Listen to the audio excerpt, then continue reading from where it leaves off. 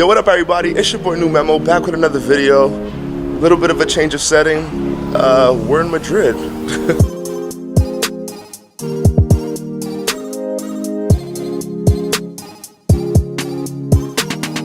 And since I'm away, I figured why not take this opportunity to talk to you guys about something, maybe teach you guys something. And yeah, I think I want to talk about quantizing today. For those who don't know, quantizing is the process that you use in order to perfectly line up all of the melodies that you play using MIDI. So let's say you play a keyboard melody on whatever MIDI keyboard, and you might have made some errors, you might have, like, some of the keys that you pressed weren't perfectly lined up. When you use quantization, you set whether you want it to quantize based on a 16th or an 8th note, and so on and so forth, and pretty much the system will automatically line up every note that was played.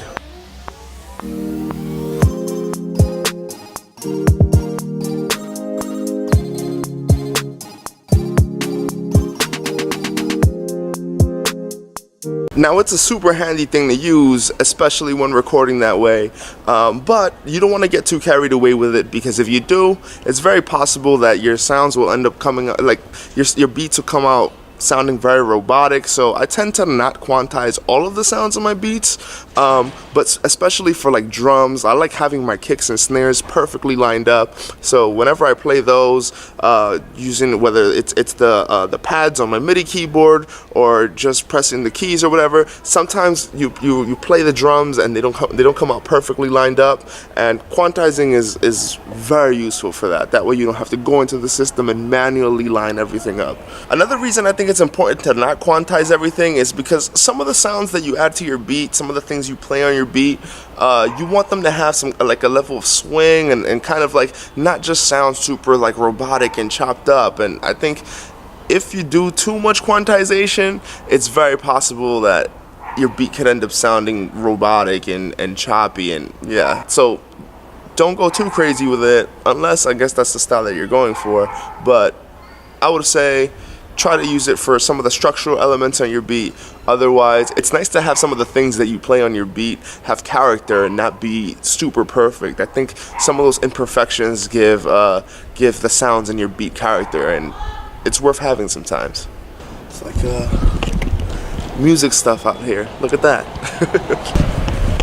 As many of you know, I've been messing with Ableton recently, and Ableton has introduced even some more functions for quantizing. So as you guys can tell, whenever you do those live performance videos like the one that I just posted I think about a week or two ago, when you do those live performance videos, Ableton actually allows you to auto quantize right after you perform, right after you record whatever piece you were playing. So for example, as you guys may have seen in the video, after I record the kick drums and the snares, truck. So for example, after I record the kick drums and the snares, automatically right after when it loops, it automatically quantizes everything. So when that section of the beat that you just recorded loops again, it'll be perfectly quantized then. It's pretty dope. So yeah, ladies and gentlemen, quantizing is your friend. It's one of the more powerful tools available to you in any DAWs, and quantizing is available on all DAWs. So yeah, this is my Airbnb. It's 11:54. I wanted to give you guys a walk around the block before I left today to the next city. And yeah, give a thumbs up to the video if you learned something new today. Comment with any questions, concerns, suggestions, any other tips and tricks that you might want to share with your fellow YouTube community. And make sure you subscribe.